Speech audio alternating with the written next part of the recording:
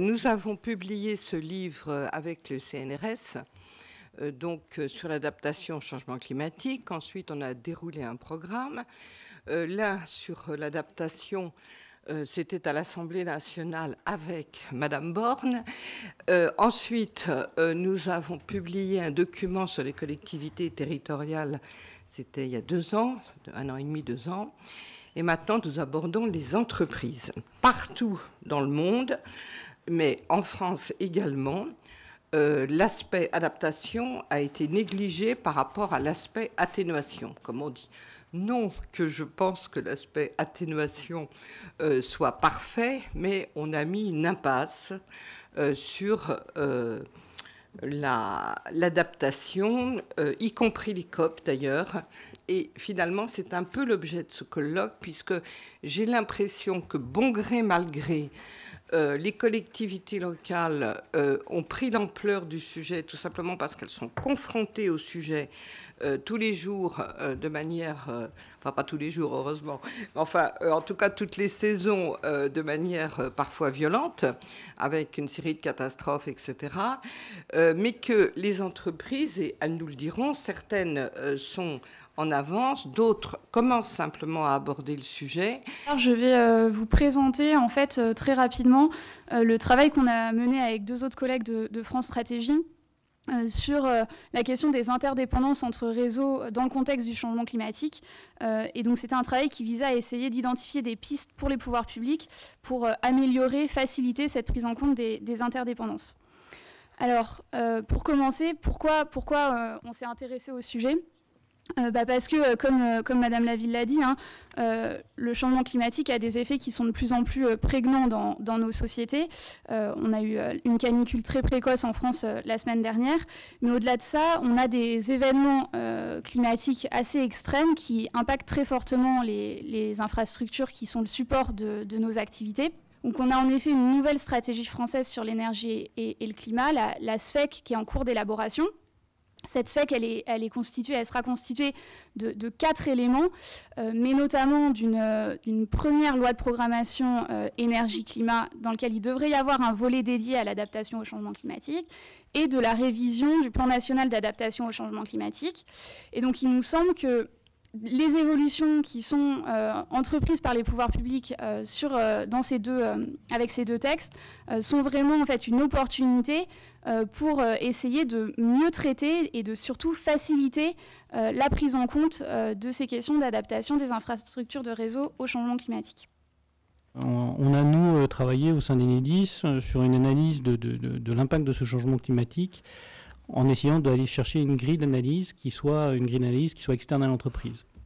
Celle qu'on a trouvée à l'époque, c'est la grille de la TCFD, qui a inspiré notamment les travaux de la taxonomie, et qui nous a d'ailleurs un petit peu ouvert les chakras, pardonnez-moi l'expression, notamment parce qu'elle nous a permis de prendre en compte les risques aigus, et notamment les risques physiques aigus, que tout le monde a en tête quand on parle d'adaptation au changement climatique des réseaux d'électricité. Donc une tempête qui vous met des réseaux par terre, une inondation qui vous empêche d'exploiter un réseau, ce sont des choses assez naturelles et qui vous sont sans doute venues à l'esprit quand vous avez entendu parler d'Enedis et d'adaptation au changement climatique. La grille TCFD, elle permet aussi d'aller chercher des risques chroniques.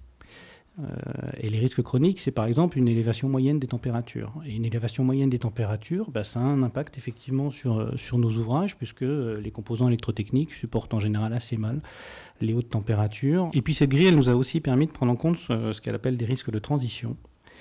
Des risques de transition qui sont un élément important pour nous, alors à la fois avec la montée en puissance de nouvelles réglementations, mais la montée en puissance aussi de nouvelles exigences de la part de l'externe. Pour ce faire, on est des experts du réseau, on n'est pas des experts du changement climatique, donc on s'est tourné vers des experts du changement climatique pour qu'ils puissent nous scénariser au maximum l'impact de ce changement climatique sur un certain nombre de risques que là on a identifiés. Donc on a identifié 5 risques pour ce qui nous concernait.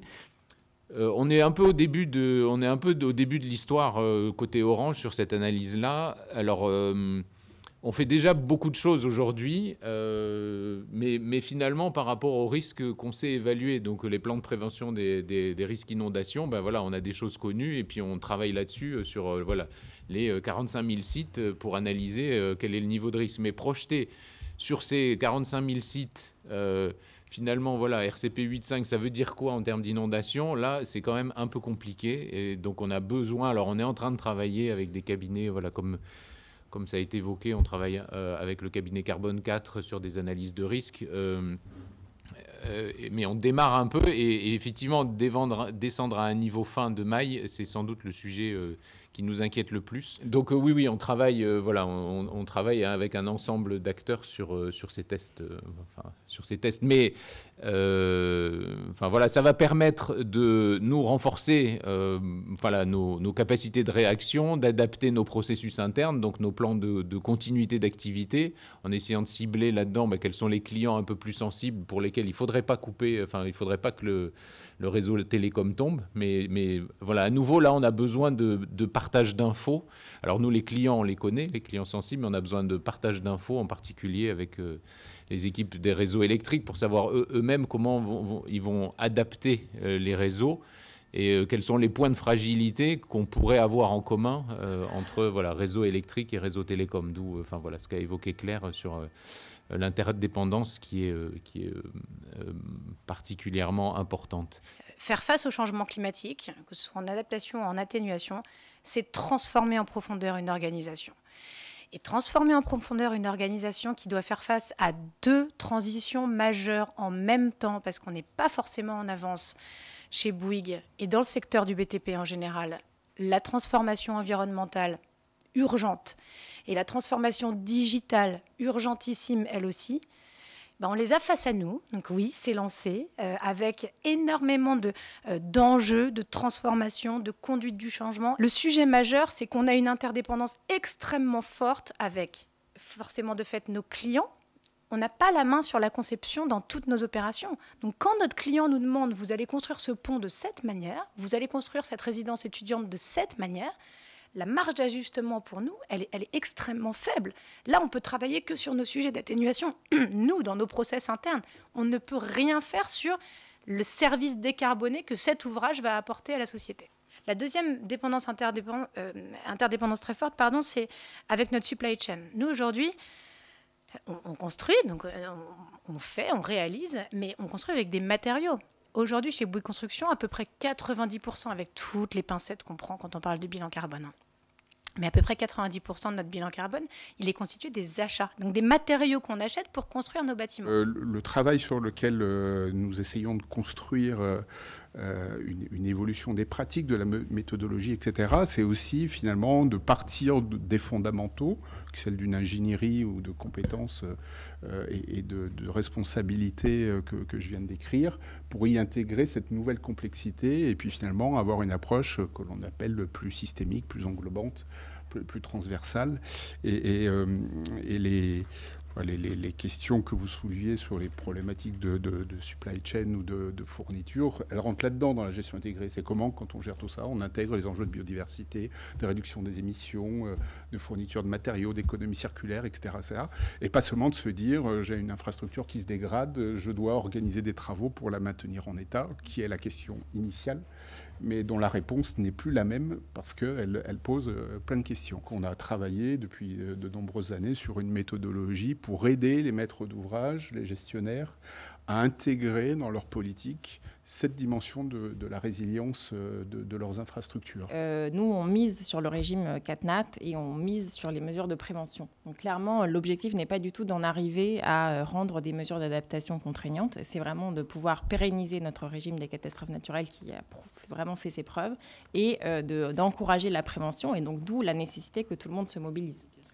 Voilà, donc que l'implication de tous les secteurs et puis aussi évidemment avec l'aide des pouvoirs publics, on puisse vraiment insuffler cet esprit de prévention, d'adaptation bien avant d'en arriver à se poser la question de clauses contraignantes. Donc pour l'instant, c'est une question que on préfère ne pas se poser parce qu'on ne veut pas arriver à un modèle, évidemment, où on est à plus 4 degrés en 2100. Donc nous, on se dit, on peut y arriver. Il faut par contre que tout le monde s'y mette. Donc nous, on se mobilise pour faire des actions de prévention et du coup, on est ravis de participer à des instances comme le comité 21 et puis dans toutes les instances où on est présent, d'essayer d'engager cet esprit de prévention partout. Et on a travaillé sur un rapport qui se focus plus sur le domaine de l'eau et comment rendre le domaine de l'eau plus résilient face au changement climatique dans les villes. On a développé un outil que vous voyez ici, qui permet l'identification de 5 grands problèmes dans les capacités de gouvernance des villes. Et donc on a le côté légal, juridique, les ressources, le côté plus de coordination et le managérial, et l'apprentissage et enfin le politique, dont on va parler maintenant. Donc cet outil peut être utilisé par presque toutes les villes, en tout cas de taille moyenne, et c'est un outil d'accompagnement et d'identification pour les villes afin de leur aider à faire évoluer leur modèle de gouvernance et atteindre les objectifs fixés, notamment parce que la France, pour l'instant, n'arrive pas encore à atteindre les objectifs fixés, notamment par la législation européenne.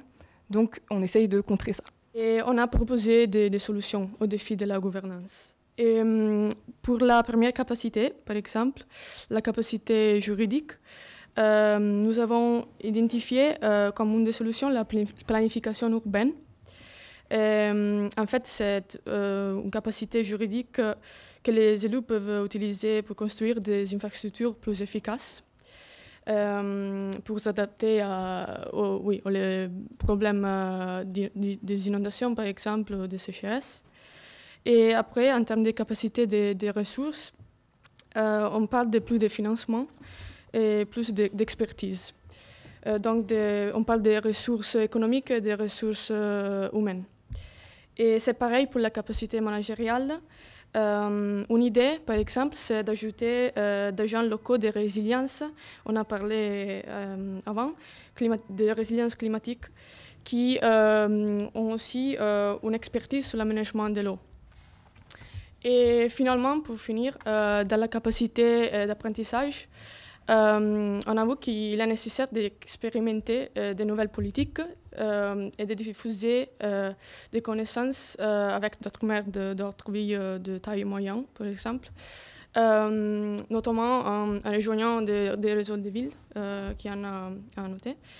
Mais aussi, nous ne devons pas non plus négliger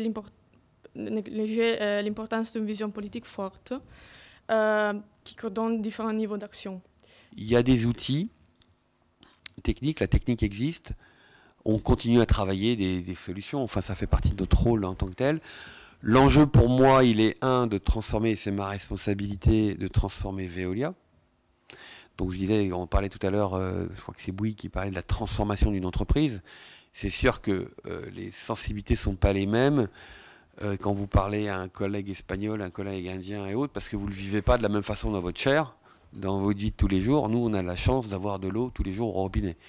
Pour avoir amené de l'eau dans certaines villes en Inde 24 heures sur 24, psychologiquement, la qualité de vie change.